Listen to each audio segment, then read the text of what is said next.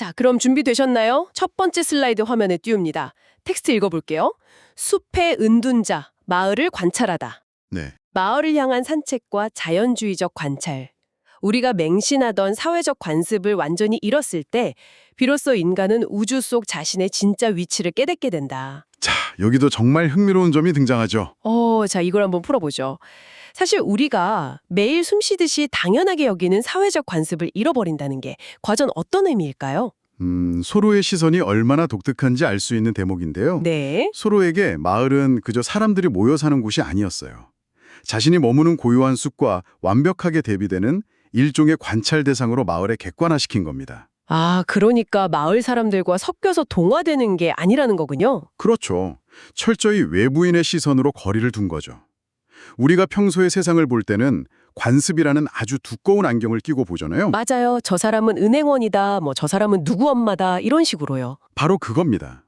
그런 사회적 꼬리표로 세상을 인지하는데 서로는 이 안경을 완전히 벗어던진 거예요. 아하. 관습을 잃었다는 건 사회가 부여한 역할극에서 빠져나와서 인간을 그저 우주에 존재하는 생명체로 바라봤다는 뜻입니다. 그래야만 진짜 나의 위치를 볼 수 있으니까요. 이방인의 눈으로 세상을 다시 본다는 게 첫 번째 출발점이군요. 그럼 이 관점이 어떻게 구체화되는지, 자, 두 번째 슬라이드로 넘어가 보겠습니다. 네, 넘겨보죠. 텍스트 낭독할게요. 동물 생태학으로서의 마을. 먼저 숲의 생태계입니다. 관찰 대상은 새와 다람쥐. 자연의 소리는 나뭇잎 바스락거리는 소리와 개구리 울음소리. 생존의 환경은 고요함 속의 본능적 조화라고 되어 있네요.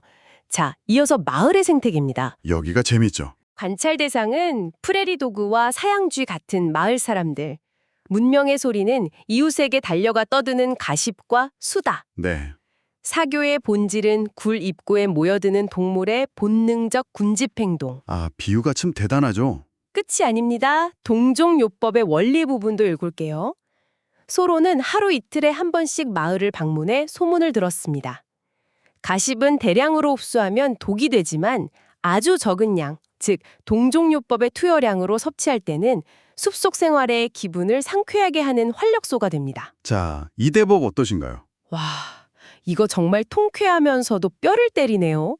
인간의 그 사교 활동을 굴 입구에 옹기종기 모여 떠드는 프레리 독으로 묘사하다니요. 그게 바로 아까 말씀드린 관습의 안경을 벗은 결과입니다. 숲에서 동물을 관찰하던 그 생태학적 시각을 마을 사람들에게 그대로 들이댄 거죠. 잣대가 똑같네요. 맞아요. 인간들이 되게 심각하게 나누는 가십이나 수다가 대자연의 관점에서는 그저 프레리도그의 군집 행동이랑 다를 바 없다는 날카로운 통찰입니다. 근데 제가 여기서 제일 놀란 건 동종요법의 비유거든요. 네, 동종요법이요. 이게 원래 독성 물질을 아주 극소량만 써서 면역을 기르는 원리잖아요.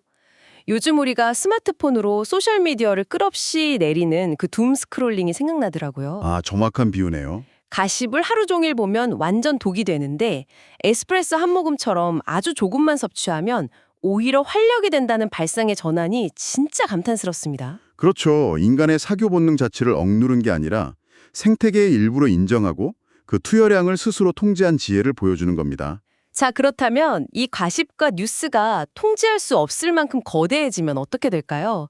세 번째 슬라이드가 그랍을 줍니다. 화면 띄울게요. 네. 거대한 뉴스 열람실과 가십의 마취 효과. 첫 번째 항목, 거대한 뉴스 열람실.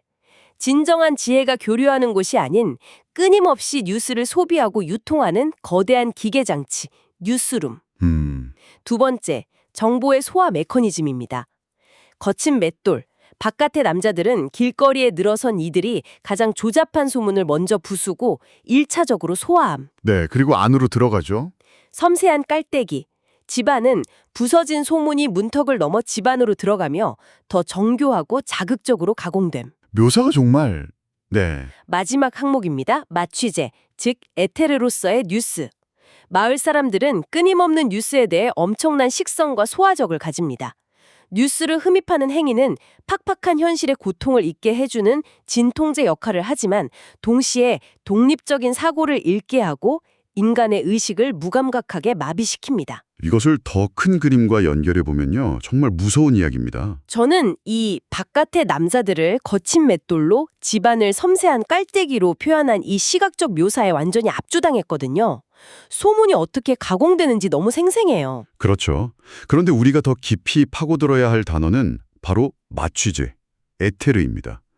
소로는 뉴스의 과소비가 어떻게 비판적 사고를 마비시키는지 꿰뚫어 본 거예요. 아니 근데 잠깐만요. 현대인이라면 뉴스를 보고 세상 돌아가는 걸 아는 게 깨어있는 시민의 기본 아닌가요?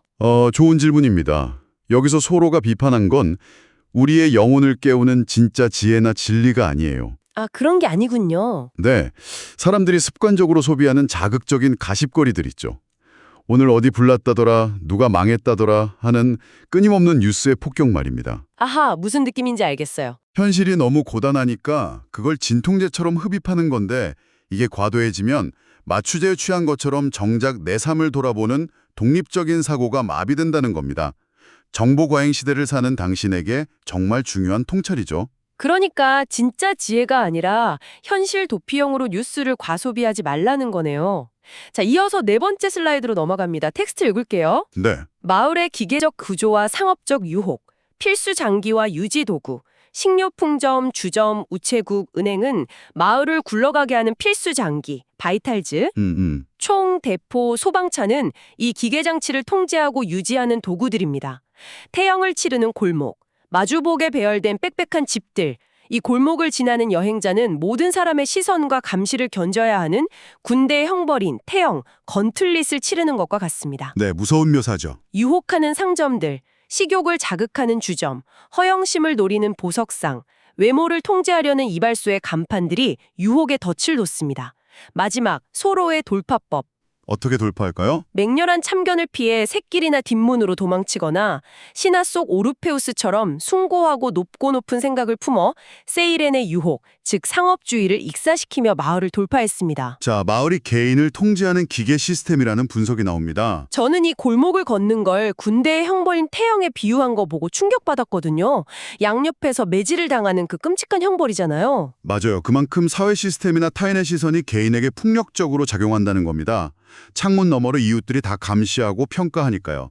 게다가 상점들은 끊임없이 소비하라고 유혹하죠. 그런데 그걸 돌파하는 소로의 방법, 이 오르페우스와 세이렌의 신화 비유가 정말 압권입니다. 세이렌이 노래로 선원들을 유혹할 때 오르페우스는 귀를 막은 게 아니라 더 아름답고 숭고한 음악을 연주해서 압도해버리잖아요. 바로 그겁니다. 물리적으로 도망치는 게 아니라 내면을 숭고한 생각으로 채워서 그 얄팍한 상업주의를 방어하는 든든한 방패를 만든 거죠. 진짜 멋지네요. 자, 이제 소로는 이 시끄러운 마을을 빠져나와 숲으로 향합니다. 다섯 번째 슬라이드 띄웁니다. 네, 숲으로 가보죠. 어둠 속의 귀가, 시각의 상실과 감각의 항해, 방향 감각의 상실, 밤늦게 마을을 떠나 캄캄한 숲속으로 들어가는 길, 익숙한 길조차 짙은 어둠과 눈보라 속에서는 시베리아의 낯선 길처럼 변합니다. 그렇죠. 낚시를 하던 두 청년이나 동네 주민들조차 이 압도적인 어둠 속에서는 흔하게 길을 잃고 납니다. 본능에 의지한 야간 보행, 문명이 의존하는 눈, 시각의 기능이 완전히 상실된 공간. 소로는 발끝에 닿는 흙의 감각과 손끝으로 전해지는 나무의 결에 의지하여 무의식적이고 본능적인 항해꾼처럼 오두막을 향해 나아갑니다. 자, 지금 듣고 계신 당신, 칠흑 같은 어둠 속에서 오직 발끝의 감각만으로 칩을 찾아간다고 한번 상상해 보시겠어요? 정말 아찔하죠. 우리는 완벽한 시각 중심의 문명에 살고 있잖아요. 시각은 이성과 통제력을 상징하거든요. 맞아요.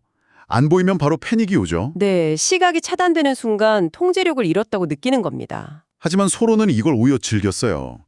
시각이라는 문명의 상징이 차단되었을 때 비로소 억눌려 있던 자연적이고 본능적인 감각들이 깨어난다고 본 겁니다. 아, 발끝의 감각이나 나무의 촉감 같은 거요? 네, 잃어버린 감각을 복원하는 과정이었던 셈이죠. 감각이 복원된다.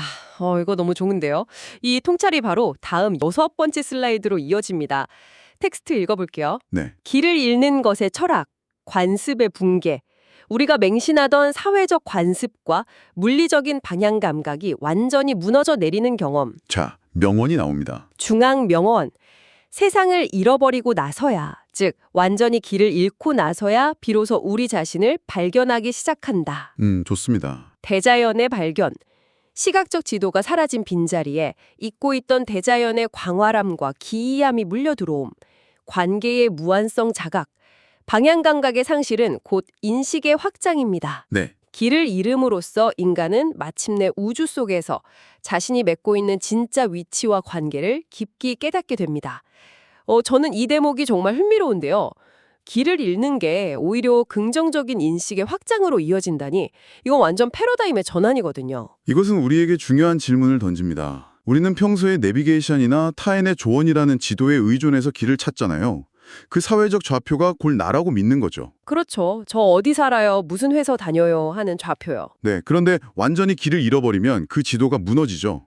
소로는 그 두려움을 마주해야만 거대한 우주 속에 홀로선 진짜 자아를 발견할 수 있다고 본 겁니다. 길을 잃어야 진짜 나를 찾는다. 정말 깊은 통찰이네요. 자, 이렇게 내면이 단단해진 소로에게 현실의 시련이 닥칩니다.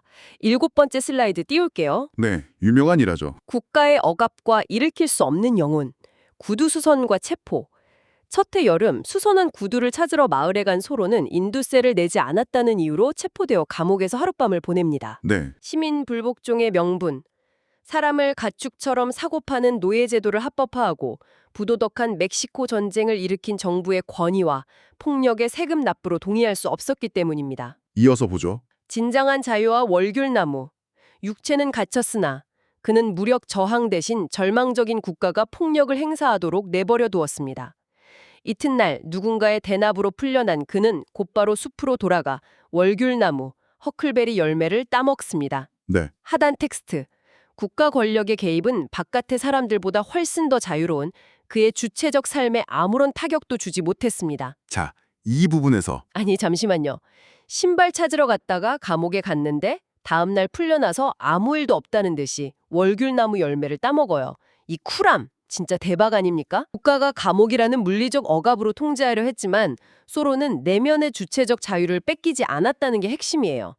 풀려나서 태연하게 열매를 따먹는 그 평온함이 국가 권력이 내 영혼을 결코 꺾을 수 없다는 걸 증명한 거죠. 물리적 억압도 내면의 평화를 부술 수 없다. 진짜 멋지네요. 자, 이제 소로의 오두막으로 가보겠습니다. 8번째 슬라이드입니다. 거의 다 왔네요. 소박한 삶과 도둑질이 사라진 사회, 자물쇠 없는 오두막. 숲속 오두막에는 빗장이나 자물쇠가 전혀 없었고 며칠씩 집을 비울 때도 문을 열어두었습니다. 그럼에도 잃어버린 유일한 물건은 누군가에게 꼭 필요했을 호모의 책 한 권뿐이었으며 오두막은 군대가 지키는 곳보다 훨씬 안전했습니다. 도둑질의 진짜 원인, 결핍과 불평등. 도둑질과 강도질은 인간의 악함 때문이 아닙니다. 어떤 사람은 필요 이상으로 많이 소유, 즉 잉여하고 어떤 사람은 가진 것이 부족한 결핍이라는 불평등한 사회 구조에서 필연적으로 발생합니다. 네, 논리가 깊어지죠. 소박함이 만드는 평화, 무소유의 철학. 모든 사람이 나처럼 소박하게 산다면 도둑질은 세상에서 사라질 것이다. 무소유와 단순한 삶은 단순히 개인의 수양을 넘어 범죄를 근절하는 가장 강력한 사회적 백신입니다. 자, 이 대목의 통찰이 정말 날카롭습니다. 저는 문 활짝 열어뒀는데 훔쳐간 게 고작 호모의 책이라는 일화가 되게 낭만적이고 유머러스한데요. 도둑질의 원인을 구조적 불평등으로 본 게 되게 놀랍습니다. 맞아요. 도둑질을 인간 본성이 악해서가 아니라 누군가는 잉여를 누리고 누군가는 결핍에 시달리는 그 불균형에서 필연적으로 발생한다고 본 겁니다. 그래서 소박함이 사회적 백신이 되는 거군요. 필요 이상으로 가지지 않으면 훔칠 이유도 없어진다는 논리네요. 정확합니다. 소박한 삶이 단순히 나 혼자 편안해는 게 아니라 세상을 치유하는 백신이 될 수 있다는 걸 논리적으로 증명한 거죠. 너무 명쾌합니다. 자, 드디어 마지막 9번째 슬레이드입니다. 네, 대망의 결론이네요. 미덕의 정치와 질서의 근본. 통치자가 미덕을 사랑하면 백성도 자연스레 선해질 것이다. 바람이 불면 풀이 높듯이 공자 인용. 오, 동양 철학이 나오네요. 통제의 한계, 감옥의 쇠창살, 억압적인 세금, 그리고 기계적인 마을의 시스템, 즉 태형과 유혹은 결코 인간의 영혼을 교화할 수 없습니다. 형벌은 사회 질서의 근본이 될 수 없습니다. 네, 내부적 미덕, 진정한 질서는 외부의 강압이 아니라 맹목적인 부의 축적에서 벗어나 스스로 소박함을 실천하는 개인의 내부적 미덕에서 피어납니다. 궁극적 조화, 숲의 은둔자가 증명했듯 자연의 감각을 되찾고 단순함의 철학을 복원할 때 개인의 평화와 이상적인 사회 질서는 비로소 완성됩니다. 아주 완벽한 마무리입니다. 그렇다면 전문가님, 이 모든 것이 우리에게 의미하는 바는 무엇일까요? 서로의 철학이 서양을 넘어서 동양의 공자 철학과 맞닿아 있다는 게 정말 놀라운데요. 진리는 하나로 통하니까요. 저희가 1장부터 쭉 본 감옥, 세금, 가십, 상업적 유혹 같은 것들은 전부 외부의 통제입니다. 하지만 이런 외부 통제는 결국 인간의 영혼을 바꿀 수 없어서 실패한다는 거죠. 아, 통제는 실패한다. 네, 진정한 사회적 조화는 맹목적인 부를 좇지 않고 스스로 단순한 삶을 선택하는 개인들의 자발적인 내부적 미덕에서만 완성된다는 것이 소로가 내린 최종 결론입니다. 와, 오늘 심층 탐구 랩업을 해보자면 저희가 이 9장의 슬라이드를 통해서 관습의 파괴, 정보의 선택적 소화, 상업주의에 대한 저항, 길 잃음의 가치, 그리고 흔들리지 않는 자유와 소박함까지 정말 밀도 있게 달려왔네요. 들어주신 당신 감사합니다. 다음 시간에 뵐게요.